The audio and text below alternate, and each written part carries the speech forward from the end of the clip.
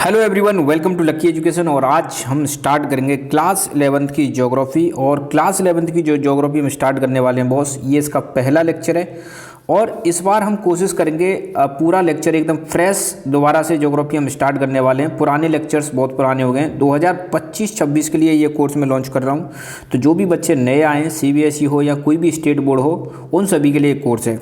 और यहाँ पर मेरी कोशिश की जाएगी बिल्कुल आसान भाषा में आपको ज्योग्राफी समझाई जाए, बहुत आसान बनाया जाए। प्लस मेरी ये भी कोशिश रहेगी कि जो भी लोग यूपीएससी की तैयारी कर रहे हैं, या मान लो किसी स्टेट पीसीएस की तैयारी कर रहे हैं, या मान लो कोई भी गवर्नमेंट एग्जाम की तैयारी कर रहे हैं जहाँ पर उनको ज्योग्राफी पढ़नी है, तो उनके बेसिक कॉन्सेप्ट आपको एकदम यहीं पर क्लियर हो जाए। फ्यूचर में अगर आप अगर 11th में पढ़ रहे हो अभी, आप फ्यूचर में कभी गवर्नमेंट एग्जाम की तैयारी करो तो आपके बेसिक्स एकदम सॉलिड हो।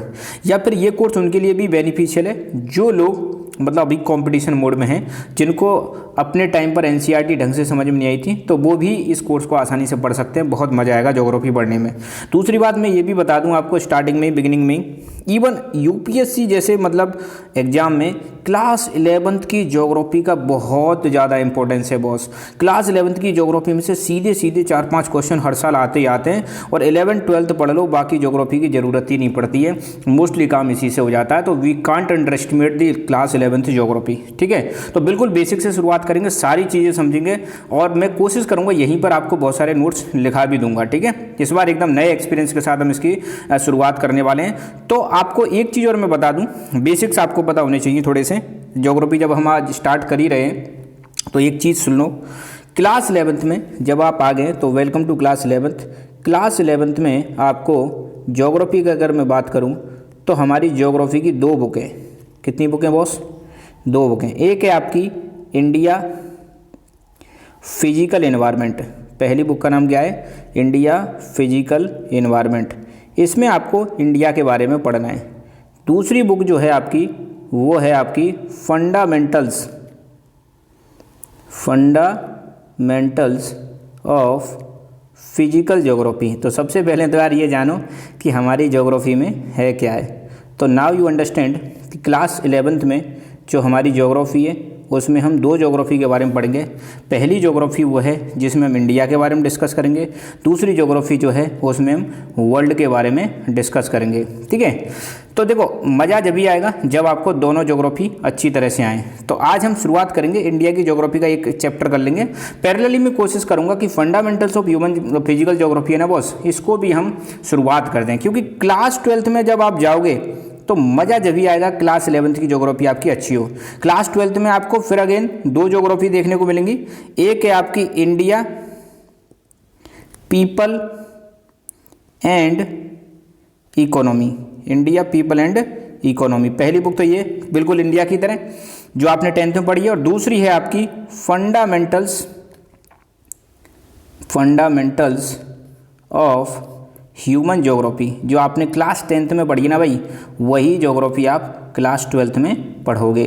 तो ये वर्ल्ड वाली ज्योग्राफी है, फंडामेंटल्स ऑफ ह्यूमन ज्योग्राफी, और ये इंडिया वाली geography, India people and economy. तो आपने देखा अभी क्लास 11th में हम क्या पढ़ेंगे, क्लास 12th में क्या पढ़ेंगे। I hope it is clear. साथ के साथ में लिखते चलना है ना। इसकी कोई पीडीएफ नहीं मिलेगी।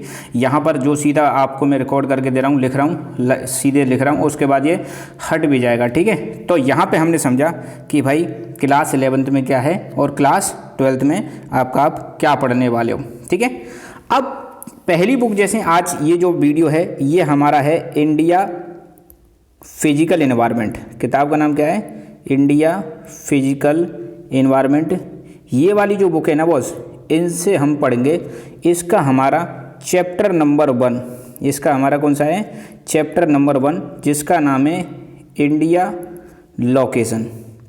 देखो जब भी आप किसी भी सब्जेक्ट को पढ़ रहे हो तो पहले यार चैप्टर का नाम समझो। यार चैप्टर क्या कहना चाह रहा है उस चीज़ को समझो। चैप्टर का नाम समझ में आ जाएगा तो फिर बाकी चीज़ें भी समझ में आ जाएंगी। यहाँ पे बात की जा रही है बॉस, इंडिया के बारे में बात की जा रही है, इंडिया की लोकेशन के बारे में बात की जा रही है। हम समझेंगे हमारा प्यारा जो भारत है उसकी क्या लोकेशन है। लोकेशन हम समझेंगे, एक तो वर्ल्ड मैप पर उसकी क्या लोकेशन है, आप वर्ल्ड के मैप में देखोगे उसकी क्या लोकेशन है। फिर हम जानेंगे उसका लैटिट्यूडिनल एक्सपेंशन कितना है, लेटीट्यूडिनल एक्सपेंशन कितना है, फिर हम जानेंगे उसका लॉन्गिट्यूडिनल एक्सपेंशन कितना है, लॉन्गिट्यूडिनल एक्सपेंशन कितना है, कितना लेटीट्यूड कितना लॉन्गिट्यूड, फिर हम जानेंगे उसकी नॉर्थ से साउथ डिस्टेंस कितनी है, ईस्ट से वेस्ट डिस्टेंस कितनी है, फिर हम जानेंगे इंडिया आपको पता है हमारा एशिया में आता है बॉस, कौन से कॉन्टिनेंट में आता है, एशिया में आता है, एशिया में किधर आता है, जैसे इंडिया हमारा एशिया में आता है, साउथ एशिया में आता है, फिर हम ये भी जानेंगे कि इंडिया के हमारे नेबरिंग कंट्रीज कौन कौन से हैं, नेबरिंग कंट्रीज कौन कौन से हैं ये भी हम जानेंगे। So we are going to know या going to know the what, हम इंडिया के बारे में सब कुछ जानना चाहेंगे कि हमारा प्यारा भारत, ये रहा हमारा प्यारा भारत, तो इसके आसपास क्या क्या है सारी चीज़ों की हम चर्चा करने वाले हैं इसके माध्यम से। I hope it is clear. तो शुरू करते हैं पहले कुछ बेसिक्स के साथ। देखो पढ़ने के साथ साथ अगर आपको बेसिक्स आ जाए ना बॉस, मेरी खास बात रहेगी मैं डायरेक्ट चैप्टर पढ़ाने की बजाय बॉस मैं पहले कराऊंगा आपके बेसिक्स, क्योंकि एक बार आपके बेसिक्स अच्छी तरह से हो गए तो आपको फिर दिक्कत नहीं आने वाली है।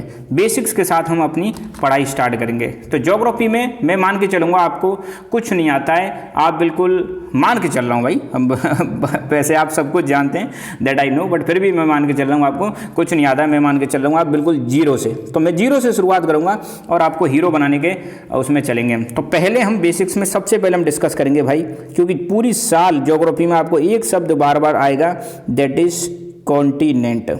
तो पहले हम जानते हैं यार कॉन्टिनेंट क्या होता है ना, कॉन्टिनेंट के बारे में समझना है, कॉन्टिनेंट समझ में आ जाएगा तो फिर दिक्कत नहीं आएगी।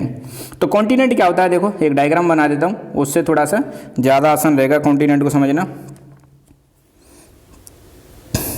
ये मान लो कोई एक लैंड मास है, ये आपका कोई एक लार्ज लैंड मास है। कॉन्टिनेंट क्या है, एक लार्ज लैंड मास है जो आपका चारों तरफ से, यहाँ पर यार एक मुझे फ़ायदा मिल गया है, पहले नहीं था मेरे पास ऐसी फैसिलिटी। अब आपको थोड़ा सा कलरफुल डायग्राम बिल्कुल ऐसे समझो जो क्लासरूम में मतलब पढ़ते हैं ना, क्लासरूम से भी बेहतरीन एक्सपीरियंस आपको मिलने वाला है बॉस यहाँ पर, ठीक है। तो ये रहा हमारा कॉन्टिनेंट के बारे में एक डायग्राम हो गया, ठीक है। तो अब हम इसकी डेफिनेशन लिखना स्टार्ट करते हैं। What is continent. तो कॉन्टिनेंट क्या होता है, एक लार्ज लैंड मास जो चारों तरफ किससे घिरा हुआ है, पानी से घिरा हुआ है। तो कॉन्टिनेंट क्या हो जाएगा, a large land mass which is surrounded by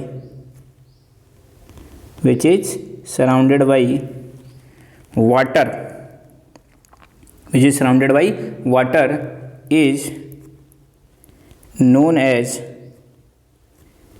continent। क्या कहेंगे बॉस, एक लार्ज लैंड मास जो चारों तरफ किससे घिरा हुआ है, पानी से घिरा हुआ है, उसको हम क्या बोलेंगे भाई साहब, उसको हम बोलेंगे continent. I hope it is clear कि कॉन्टिनेंट क्या होता है, बिल्कुल आपको समझ में नहीं आनी, वो मतलब दिक्कत नहीं आनी चाहिए। ये किससे घिरा हुआ है, चारों तरफ पानी से घिरा हुआ है, साथ के साथ में एकदम लिखते चलें। अब दूसरा पॉइंट, जब हम कॉन्टिनेंट इतना डिस्कस कर लिया कि कॉन्टिनेंट क्या है, तो आपको पता होगा देर आर 7 कॉन्टिनेंट्स। कितने कॉन्टिनेंट्स हैं भाई साहब, देर आर 7 कॉन्टिनेंट्स। पृथ्वी पर 7 कॉन्टिनेंट्स हैं, बिल्कुल हूबहू ऐसे ही कि ऐसे ही आपको नोट्स बनाते चलने। पहला कॉन्टिनेंट है भाई साहब एशिया, पहला कॉन्टिनेंट कौन सा है, एशिया। फिर दूसरा कॉन्टिनेंट है आपका अफ्रीका, बिल्कुल मैप बनाऊंगा समझाऊंगा, चिंता मत करें। तीसरा कॉन्टिनेंट है नॉर्थ अमेरिका।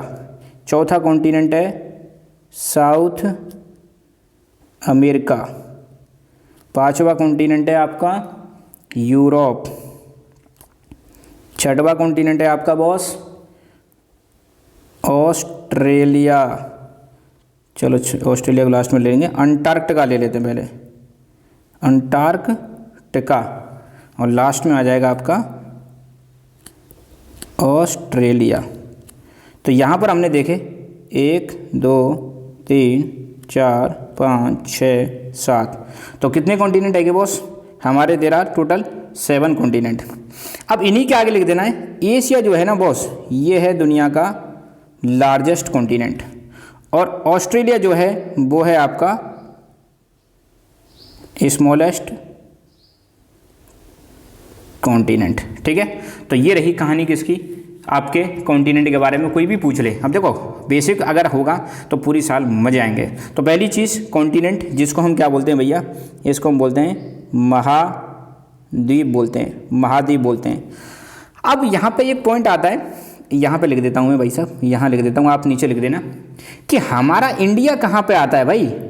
इंडिया आता है भाई साहब एशिया में। कहाँ पे आता है, एशिया में आता है। तो India is part of Asian continent. और एशिया हमने देख लिया लार्जेस्ट कॉन्टिनेंट है, तो इसको पूरे को आप लिख लेना है बिल्कुल। ठीक है, तो आई होप कॉन्टिनेंट के बारे में आपको बिल्कुल याद रहेगा। और इंडिया किसका पार्ट है, इंडिया हमारा एशिया का पार्ट है। और हमने देखा एशिया जो है ये कैसा कॉन्टिनेंट है, एशिया जो है आपका largest continent of the world. सबसे बड़ा कॉन्टिनेंट कौन सा है, एशिया, ये आपका जो कॉन्टिनेंट है। तो पहला टॉपिक हमारा डन। अब हम इसके बाद चलते हैं दूसरे टॉपिक पर, इसको आप एक बार लिख लेना। ठीक है, कॉन्टिनेंट करने के बाद अब हम थोड़ा सा मूव करते हैं। ठीक है, अब थोड़ा और कलर चेंज कर देते हैं भाई, मज़ा उठाते हैं इन कलरों का। तो दूसरा टॉपिक है बॉस अपना आइलैंड। दूसरा टॉपिक का नाम क्या है हमारा, आइलैंड। तो बता देना ब्लैक वाला ज़्यादा अच्छा लग रहा है या वाइट वाला ज़्यादा अच्छा लग रहा है, वो चीज़ आप बता दें मुझे। ठीक है, अच्छा, तो दूसरा टॉपिक हमारा बॉस आइलैंड है। आइलैंड जिसको हम बोलते हैं द्वीप। द्वीप किसे कहते हैं, अभी हमने देखा, क्या देखा भाई, अभी हमने देखा कि कॉन्टिनेंट क्या है, कॉन्टिनेंट एक large part of land mass है। और आइलैंड इसका थोड़ा सा उल्टा है। आइलैंड में क्या होता है, एक स्मॉल लैंड मास होता है।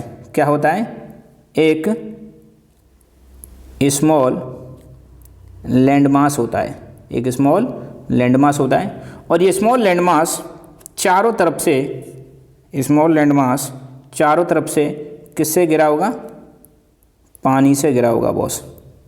एक स्मॉल लैंड मास जो चारों तरफ किससे घिरा हुआ है, वाटर से घिरा हुआ है, इसी को हम क्या बोलेंगे, आइलैंड बोलेंगे। तो आइलैंड की डेफिनेशन क्या हो जाएगी, a small land mass which is surrounded by water is known as island। क्या कहेंगे इसको हम, आइलैंड कहेंगे। एक छोटा सा लैंड मास जो चारों तरफ किससे घिरा हुआ है, पानी से घिरा हुआ है, उस लैंड मास को हम क्या बोलेंगे, आइलैंड बोलेंगे बॉस। ठीक है, दूसरी बात, आइलैंड तो आपने समझ लिया। दूसरी बात अगर हम करें तो पहला तो इसकी डेफिनेशन हो गई। अब कोई पूछे दुनिया का सबसे लार्जेस्ट आइलैंड कौन सा है भाई साहब, तो हम देखेंगे जो ग्रीनलैंड है भाई साहब, मैप में भी मैं बताऊंगा, चिंता ना करें। ग्रीनलैंड जो है ये है लार्जेस्ट आइलैंड। ग्रीनलैंड क्या है, लार्जेस्ट आइलैंड है, ये आपको ध्यान रखना है, ऑफ द वर्ल्ड।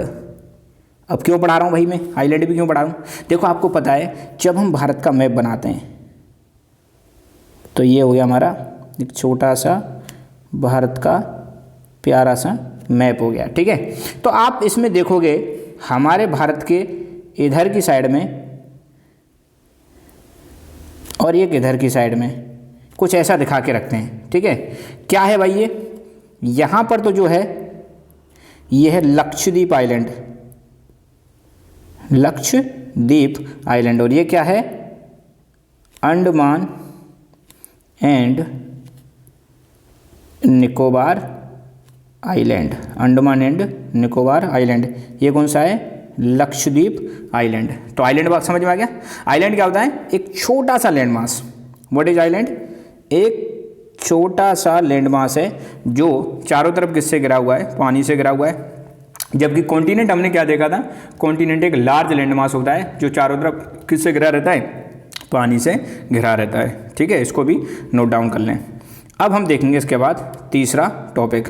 तीसरा टॉपिक कौन सा देखेंगे भाई, तीसरा टॉपिक है भाई अपना, लिखते चलें साथ के साथ में, थोड़ा दिक्कत नहीं आएगी। तीसरा टॉपिक है अपना बॉस पेनिनसुला। पूरी साल आपके चर्चा में रहेगा भाई पेनिनसुला क्या होता है, पेनिनसुला पेनिनसुला पेनिनसुला। ठीक है, तो पेनिनसुला क्या होता है जान लेते हैं भाई साहब, अभी समझते हैं पेनिनसुला क्या होता है। तो देखो पेनिनसुला क्या होगा, एक ऐसा लैंडमास, एक ऐसा लैंडमास, ये भाई साहब एक आपका लैंडमास हो गया जो 3 तरफ पानी से घिरा होता है। कितनी तरफ पानी से घिरा होगा, 3 तरफ आपका पानी से घिरा होगा। इधर पानी, थोड़ा बड़ा बड़ा बना देते हैं भैया पानी को, वो फिर ज़्यादा समय लग जाएगा आपका। इधर पानी, इधर पानी, इधर पानी, इधर पानी, इधर भी पानी, पानी ही पानी।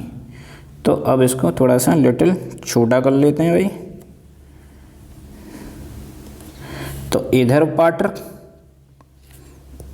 इधर भी वाटर, इधर भी वाटर, और ऊपर हो जाएगा आपका लैंड। तो आप देखोगे ये जो लैंड मास है, ये जो लैंड मास है, लैंड मास मतलब ज़मीन का भाग, 3 तरफ तो पानी देख सकते हो और एक तरफ है ज़मीन। तो ऐसा अगर कोई स्ट्रक्चर आपको कहीं पर भी दिखे जहाँ 3 तरफ पानी हो, एक तरफ ज़मीन हो, दैट इज कॉल्ड पेनिनसुला। तो इसकी डेफिनेशन क्या हो जाएगी, ए लैंड मास, इनको लिखते चलें भाई साहब, a land mass which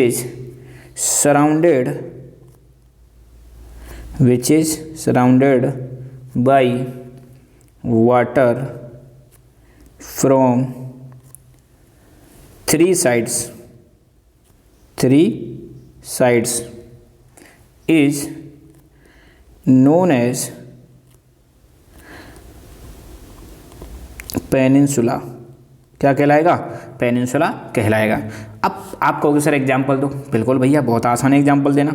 again अपना प्यारा भारत, बनाइए अपना प्यारा भारत और देखिए। तो अगर आप हमारा भारत का मैप बनाएं भाई साहब, ये रहा आपका प्यारा सा भारत का मैप। तो भारत के मैप में आप देखोगे भाई, क्या देखोगे कि इंडिया में जो नीचे वाला हिस्सा है ना बॉस, ये वाला जो हिस्सा है, ये बताओ ऐसा लग रहा है कि नहीं लग रहा, क्यों? इधर एक ओशन है जिसका नाम है बे ऑफ बंगाल, नीचे है आपका इंडियन ओशन, इधर है आपका अरेबियन सी। तो बताओ 3 तरफ पानी से घिरा हुआ कि नहीं घिरा हुआ है? तो भारत का ये वाला हिस्सा कहलाता है इंडियन पेनिनसुला। क्या कहलाता है? Indian peninsula. तो ज़मीन का वो भाग जो 3 तरफ पानी से घिरा रहता है, that is called peninsula. I hope peninsula भी अब आपको क्लियर हो गया होगा। ठीक है, ओके। अब हम थोड़ा सा आगे चलते हैं। एक बार ये मैप देख लो बॉस, यहाँ पे देखो, यहाँ पे आपके सारे कॉन्टिनेंट और सारे ओशियंस हैं। तो ये तो होगा आपका एशिया वाला कॉन्टिनेंट। कौन सा कॉन्टिनेंट हो गया? ये हो गया आपका एशिया वाला कॉन्टिनेंट, ऐसा लिख देता हूँ ब्लैक वाला, एशिया कॉन्टिनेंट। दूसरा ये वाला कॉन्टिनेंट है आपका यूरोप वाला कॉन्टिनेंट। ये वाला कॉन्टिनेंट है आपका अफ्रीका वाला कॉन्टिनेंट। ये वाला कॉन्टिनेंट है आपका ऑस्ट्रेलिया, ये साउथ अमेरिका, ये नॉर्थ अमेरिका, और ये वाला अंटार्कटिका। तो 7 गिन लो, एशिया 1 2, और Europe, Africa 3, north America 4, south America 5, Australia 6, Antarctica 7। तो देयर आर 7 कॉन्टिनेंट, जिसमें हमने देखा था एशिया दुनिया का लार्जेस्ट कॉन्टिनेंट है। कैसा कॉन्टिनेंट है भैया? एशिया दुनिया का लार्जेस्ट कॉन्टिनेंट है। ऑस्ट्रेलिया दुनिया का स्मॉलेस्ट कॉन्टिनेंट है भैया, स्मॉलेस्ट कॉन्टिनेंट है। और एशिया में अपना प्यारा भारत आता है। ये रहा अपना भारत, इंडिया, हिंदुस्तान। तो ये किस में आता है? इसमें आता है। अब इसके बाद हम देखते हैं ओशियंस के बारे में। तो दुनिया में 5 ओशियंस हैं बड़े बड़े। एक तो हमारे प्यारे भारत के नीचे है इंडियन ओशियन। कौन सा ओशियन है बॉस? Indian ocean. दूसरा आपको देखने को मिलेगा नॉर्थ अमेरिका और साउथ अमेरिका की बगल में, यहाँ पर है आपका पैसिफिक ओशियन। ये भी आपका क्या है? पैसिफिक ओशन, क्योंकि धरती गोल है। तो इसके बाद आप चलोगे तो यहाँ सीधे यहीं आ जाओगे। 2 ओशन हो गए। तीसरा यहाँ पे है अटलांटिक ओशियन। चौथा ऊपर यहाँ पे आपका आर्कटिक ओशियन, और 5वां यहाँ पे आपका सदर्न ओशियन। तो टोटल ओशन कितने हो गए? 5। पहला यहाँ से ले लेते हैं सबसे बड़ा पैसिफिक ओशन, फिर ले लेते हैं अटलांटिक ओशन, तीसरा इंडियन ओशन, चौथा आपका मान लो आर्कटिक ओशन और पांचवा सदर्न ओशन। तो टोटल ओशन कितने हो जाएंगे आपके 5, टोटल कॉन्टिनेंट कितने हो जाएंगे आपके 7। तो आपके कॉन्टिनेंट और ओशन हो गए, इनके आप नाम लिख लेना भाई साहब, ठीक है। चलो इसके बाद हम थोड़ा सा और आगे बढ़ते हैं, थोड़ी एक और कॉन्सेप्ट समझते हैं। अब थोड़ा सा हम बात करेंगे हमारी अर्थ के बारे में। किसके बारे में बात करेंगे, क्योंकि इंडिया कहाँ पर है भाई, अपना अर्थ पे ही तो है। तो देखो मैं 2-3 सिचुएशन बनाता हूँ। ये हमारी धरती माता, ये भी हमारी धरती माता समझ लेते हैं, और ये भी हमारी धरती माता है भाई साहब। Okay, very good. अब आप देखोगे ये हमारी अर्थ कैसी है, कुछ गोल है, अर्थ है भाई साहब, ठीक है। इस अर्थ को अगर आप मान लो ऐसे डिवाइड कर दो, कैसे डिवाइड कर दो, हॉरिजॉन्टली डिवाइड कर दो, यूं कतई बीच में से। कहाँ से डिवाइड कर दो, बीच में से। एक तो हम ऐसे डिवाइड कर सकते हैं और एक हम ऐसे डिवाइड कर सकते हैं। एक हॉरिजॉन्टली डिवाइड कर सकते हैं, एक वर्टिकली हम अर्थ को डिवाइड कर सकते हैं। आपको एक चीज़ और पहले समझ लो, ज्योग्राफी जब चली रही है तो थोड़ा सा डायरेक्शंस का भी नॉलेज ले लो। ऊपर होता है भैया नॉर्थ, नीचे होता है साउथ, इधर होता है ईस्ट, इधर होता है वेस्ट। अब धरती गोल है भैया, धरती क्या है हमारी, गोल है, एक स्फीयर है। स्फीयर का मतलब होता है गोला, और गोले को जब काट दोगे तो आधा गोला ऊपर और आधा गोला नीचे। तो ऊपर वाले हम गोले को बोलते हैं नॉर्दर्न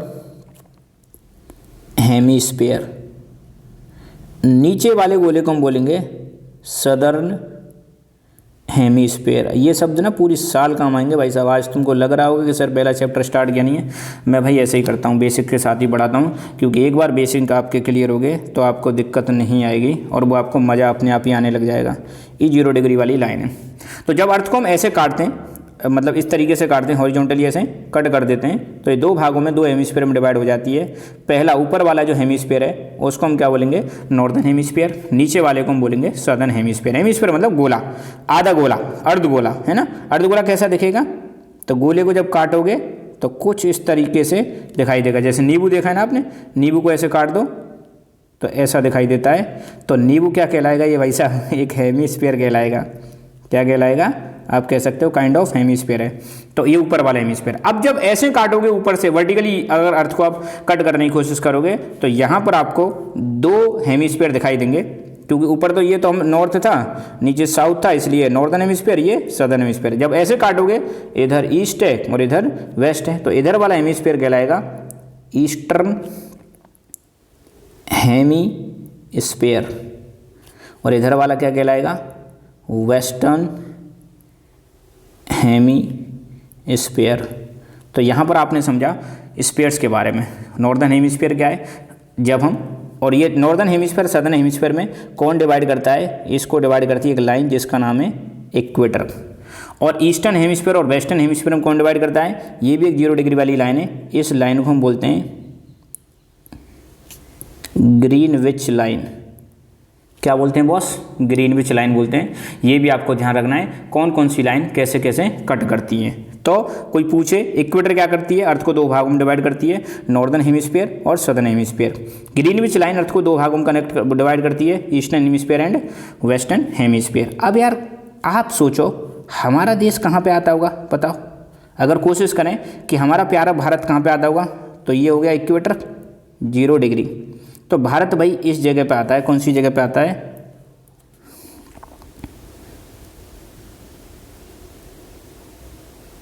ये हमारा भारत आता है यहाँ पे, है ना। और अगर आप देखोगे,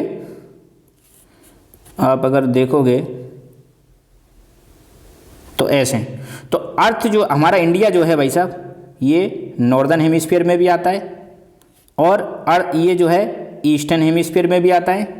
और अगर इसकी डायरेक्शन देखें तो इंडिया दुनिया में नॉर्थ ईस्ट वाली डायरेक्शन में आता है, या हम कह सकते हैं नॉर्थ ईस्ट हेमिस्फीयर में। बताओ आ रहा है कि नहीं आ रहा।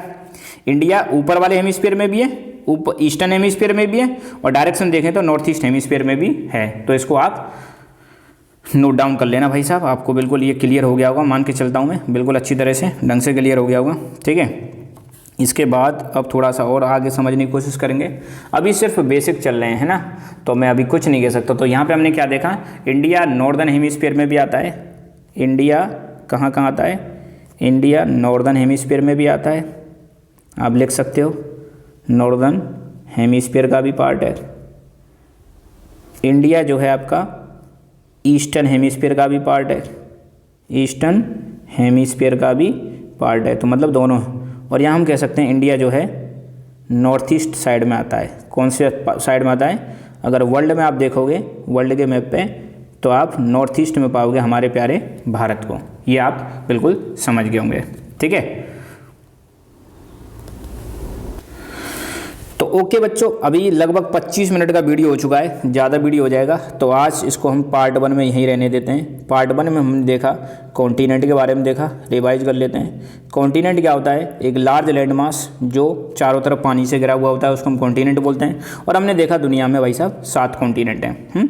सबसे बड़ा एशिया है, सबसे छोटा आपका ऑस्ट्रेलिया है। फिर हमने देखा आइलैंड क्या होते हैं, एक स्मॉल लैंड मास जो चारों तरफ पानी से घिरा होता है, उसको हम आइलैंड बोलते हैं। सबसे बड़ा आइलैंड हमने कौन सा देखा? ग्रीनलैंड देखा। फिर इसके बाद हमने देखा कि भाई पेनिनसुला क्या होता है, एक ज़मीन का ऐसा भाग जो 3 तरफ पानी से घिरा होता है, उसको हम पेनिनसुला बोलते हैं। और हमने ये भी देखा कि हमारा प्यारा जो भारत है उसके 3 तरफ भी क्या है?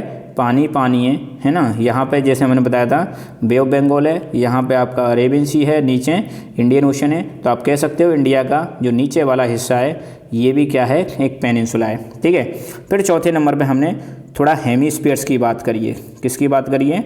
हेमिस्फीयर्स की बात करी है, उसके बारे में जाना है। हमने जाना कि हमारी जो धरती है, हमारी जो धरती है, लो भैया एक और बना देते हैं। धरती में अगर ऐसे वर्टिकली लाइन खींचोगे यूँ, अगर ऐसे यूँ वर्टिकली लाइन खींचोगे तो ये इधर वाला ईस्टर्न हेमिस्फीयर हो जाएगा, इधर वाला वेस्टर्न हेमिस्फीयर। हॉरिजॉन्टली लाइन खींचोगे तो ऊपर वाला नॉर्दर्न हेमिस्फीयर हो जाएगा और नीचे वाला सदर्न हेमिस्फीयर हो जाएगा। इस वाली लाइन को, कौन सी वाली लाइन को? इस वाली लाइन को हम बोलते हैं इक्वेटर, जो नॉर्दर्न हेमिस्फीयर से सदर्न हेमिस्फीयर में डिवाइड करती है। और इस वाली लाइन को हम बोलते हैं ग्रीनविच लाइन, ग्रीनविच लाइन, ठीक है। तो आज बस हम इतना ही छोड़ेंगे, इसके बाद कल हम थोड़ा आगे चर्चा करेंगे, क्योंकि पहला चैप्टर अगर आपके बेसिक्स अच्छे हो जाते हैं बॉस, तो ज्योग्राफी आपको बहुत इंटरेस्टिंग लगेगी। और बिल्कुल मुझे भरोसा है आपको बिल्कुल समझ में भी आ रही होगी। और कमेंट करके बताएं कैसा लगा ये लेक्चर और कैसा लगा न्यू एक्सपीरियंस। सो आज के लिए बस इतना ही। Thank you so much. और इस वीडियो को, इस चैनल को सब्सक्राइब करें और अपने जितने भी साथीगण यार, साथीगणों को ज्वाइन कराएं। अब जितना ज़्यादा सपोर्ट करोगे उतने ज़्यादा हम वीडियो बनाएंगे, उससे हमें भी मोटिवेशन मिलता है। Thank you so much. God bless you all.